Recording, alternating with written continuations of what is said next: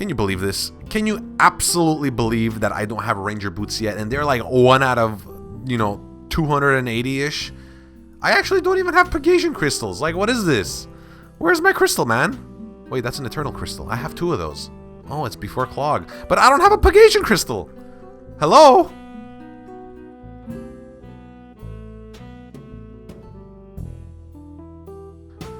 Welcome back, everybody. My name is Renars. You know me from the Ironman guides. We are here where we fought Algithnar. I think that's how you say his name.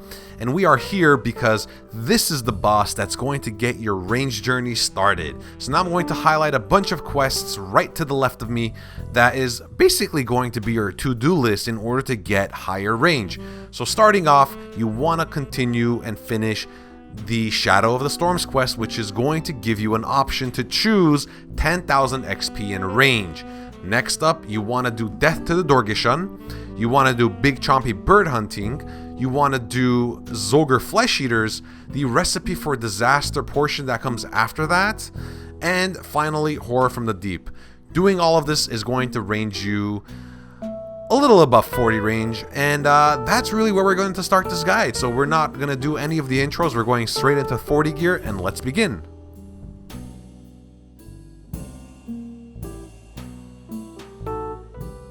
Alright, this right here is what you're going to be wearing right after you get 40 range, assuming you have 40 defense and the capability of wearing an Archer's Helm, which requires the Fremenic Trials quest, Green Dragonhide Body, which requires Dragon Slayer, and Ava's Attractor, which requires Animal Magnetism. The Dorgishun crossbow, you can unlock it really quick after doing Lost City, and it's really cheap to have, and they do pretty good damage for anyone that can't have a rune crossbow, and you're going to be using this until you get a rune crossbow. I got a Book of Law here. You can even use the Book of Zamorak. You can even use the Book of Guthix. They all give you bonus in range. If you can't have a book yet and maybe you have higher crafting, you can craft yourself a green dragonhide shield. I personally don't recommend it, and I know fat chances you'll have a completed book at this point in your Ironman career, but hey, if you have it, use it. If you don't, it's not the end of the world. Shazian Boots 5. They give you +4 range bonus. Not a lot of people know that, and your ring slot is going to be empty. You can put an Explorer's Ring in here and have that +1 prayer bonus, but you're really much stuck like this until level 70, unfortunately, because getting anything in between green d'hide and black d'hide, with the exception of the mixed hide, it's not even dragon hide, with the exception of the mixed hide, this is your best in slot. There's nothing better than this. A few shout outs. You can get the blue dragonhide chaps from Eclecticum, so if you're hunting medium clues, they're 1 out of 100 at Eclectics. You can get red dragonhide chaps from Fever Spiders after doing Rum Deal, and it's 1 out of 12 to get that, so it might be a good way to upgrade. Red dragonhide body you can get from Crazy Archaeologist at 1 out of 32. That's when you decide to do your rune crossbow grind. And finally, quick shout out, Mixed Hide. That is a 60 range, 50 defense, but I believe it does provide slightly better, or some pieces provide slightly better stats than the red dragonhide. So if you're not going to do any of those, you're stuck with the green dragonhide until 70. Let's continue.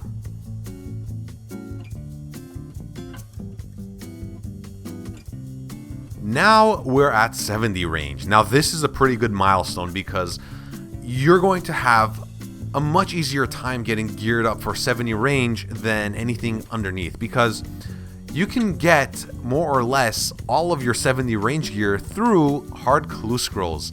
You can get all of the dragonhide boots, you can get the chaps, you can even get black dragonhide outfits, all through hard clue. So here in my Ironman career, Ironman point, this is what I look like. I got 55 Slayer. I can use broad bolts. I grinded the Crazy Archaeologist out in the wilderness, and I got a rune crossbow. I can't craft it yet, but I got it. I've upgraded my Ava's accumulator with 75 steel arrows, and now I'm rocking a Slayer helmet.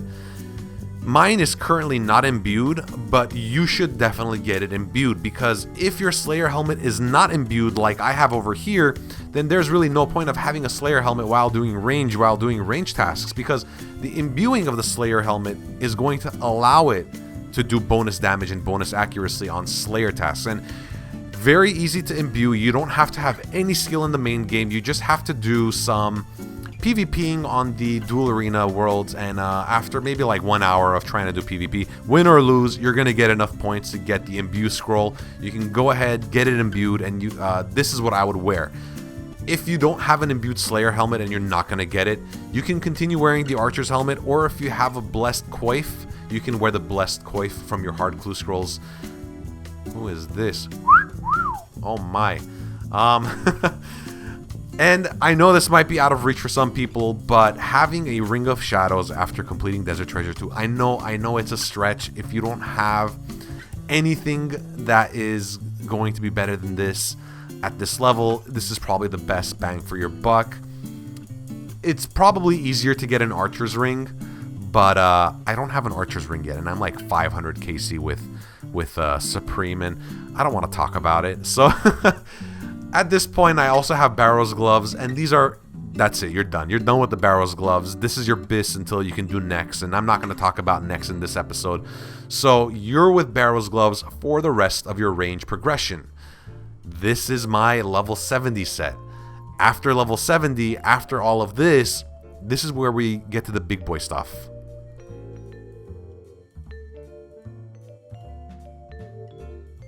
So while making this clip, I realized that my orientation has been off, and I apologize for that. I've had some graphic card issues this week, so even getting a video out this week was a big stretch for me, but here we are, going through the next progression, and I believe I fixed a little stretch issue that I was having over here. We're still rocking the Slayer helmet, and this time I brought the correct one, the imbued one. This is going to work on all Slayer tasks, so if you're doing, Slayer bossing, for example, Armadil, you want to have a Slayer helmet imbued. And speaking of Armadil, I don't have Armadil chaps, but in place of it, I have Carols. Now, if you don't have Carols, if you're going to completely skip the Barrows grind, which is okay to do for the most part, but Carols is pretty big when it comes to doing Kraken or Zami God Wars Dungeon, so I would highly recommend doing Barrows for Carols. You can continue with the Saradomin chaps or any kind of blessed Dragonhide, armor you have. Stick with the Barrows Gloves. That's your best in slot until you can do Nex. We're not going to talk about Nex in this video. I don't have the Pegasians. I don't have the Rangers, so I'm stuck using Dragonhide boots, Zamorak Dragonhide boots specifically, but I have the full set. And here's what I personally like a lot better than if I had even a Supreme, Archer's Ring. Ring of the Gods. This is wilderness content. I have it imbued because I constantly find myself using Prey whenever I have this setup going on. If I'm doing Armadil, I'm constantly having Prey on, and Ring of the Gods is a great boost to give you more Prey bonus. We've upgraded to Ava's Assembler, which is the Vorkat head version. I have a Fury. This is the Ornamental Fury, but I have a Fury nonetheless. So these are all upgrades that you would eventually go to once you get them. From 70 range, there's really not much of a crazy difference when it comes to the gear you're using, and you can honestly completely bypass Carols. Armadil is a little bit trickier because you do need Armadil for Masori, and I do highly recommend you learn how to do Armadil as an Ironman, because Armadil having a chest plate, because having Armadil armor is eventually going to be broken down into Masori, and the Armadil helmet is a master clue step. So alternatively, for the Odium Ward, I'm not going to say go do the wilderness clues, wilderness bosses. The book is still fine, having Zamorak or Law. Having any other range slot item, for example, the Dragonhide shields, is a perfectly fine, alternative to this. An honorable mention is going to be, the Crystal Shield, which reduces your range by a little bit, but it provides a ton of defense bonus. And Crystal is used a lot in Fight Caves and Armadil, depending on how you want to treat your defense bonuses. But this is ultimately what my next step is in terms of getting ready and going to do, the big bosses like Armadil and other, even Hydra, believe it or not, you can do it in this gear. And you're really stuck with this kind of gear, honorable mention Blowpipe, until you can get something better. And that better is coming up next.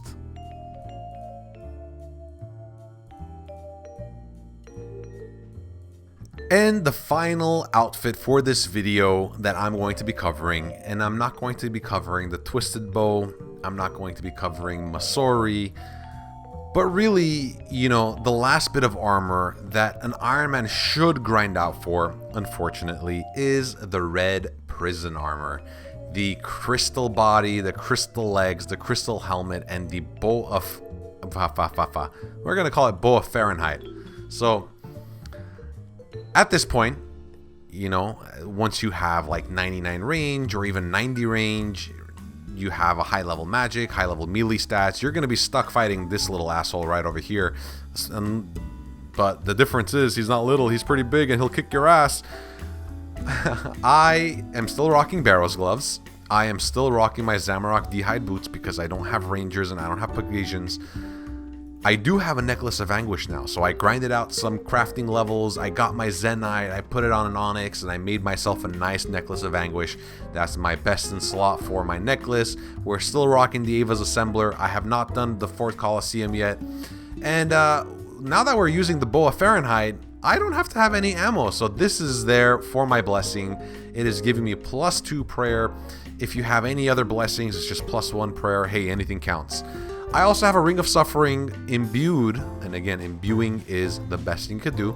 And similar to my Ring of the Gods from the past clip, this gives you +4 in prayer, and it gives you +20 in defense for everything else. So again, I don't have an Archer's Ring, and this is really the best in slot that I have that's going to increase my defense.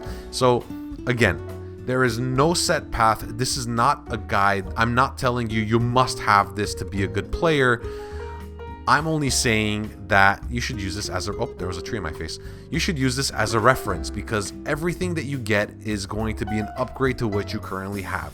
And this is a high-level overview of what I believe to be a great progression for you on how to get things. If you just want to use this video kind of as a source to see where you are yourself, I think this is a pretty good video. Having Crystal completely bypasses the prior Eclipse sets. So if you have this set over here, you're not using a crossbow anymore. You're using your Bow of Fahrenheit because you can get some nasty hits in with this, especially with the bonuses provided by the crystal body and the crystal legs. You know, never mind the crystal helmet, because if you're on a Slayer task, you don't even wear that. You can get some big hits, like constant 40 after 40 after 40 after 40. So the higher accuracy you have, the better defense you have is my kind of go-to when I do range. Next step would be Masori, but I don't have Masori and I'm not going to be talking about raid gear in these videos. So this is really your final layout, your final loadout for the range gear that you want to have as an Iron. You know, you do raids in this gear. You know, you can do Chamber of Xerix, you can do Tomb of Amasket, right? This is what you do all of your bossing in at the endgame Ironman stage, right? You can do, you know, Armadillo, you can do Sarah, you can do basically any boss. Oh, there's the tree in my face again. You can do every single boss with this layout over here, and your only upgrade to this is going to be the Twisted Bow. You also do Leviathan in this gear. I completely forgot. This is better than Twisted Bow at Leviathan. So this gear slaps, and unfortunately some people get stuck here with a lot of KC. I got spooned. I'm happy for that. I'm grateful for that, but I ended up spooning a T-bow right after, so I never got to use this set too much.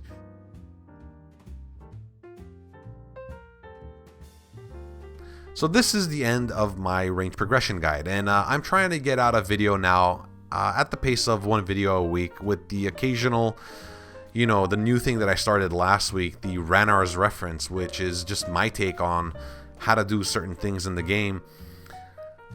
I'm trying to find a good conclusion to this series, and I think I've decided to do 10 videos. So I'm going to be putting out another tips and tricks, I'm going to be putting out another money making, and I'm going to be putting out the magic gear progression. The magic gear progression, unfortunately, isn't as linear as the melee and the range progression has been, because, you know, you can just outgear anything in melee and just get the next best thing. You can outgear anything in range and get the next best thing.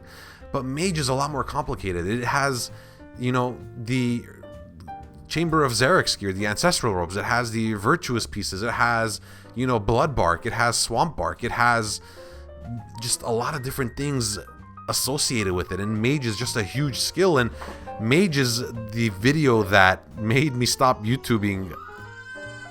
Oh no, my baby just cried. So yeah, mages was the video that made me stop this entire series 4 years ago, so I'm really hoping. So the mage video. So the mage video was the reason I stopped last time. All right, that's it. I'm calling it. Bye bye.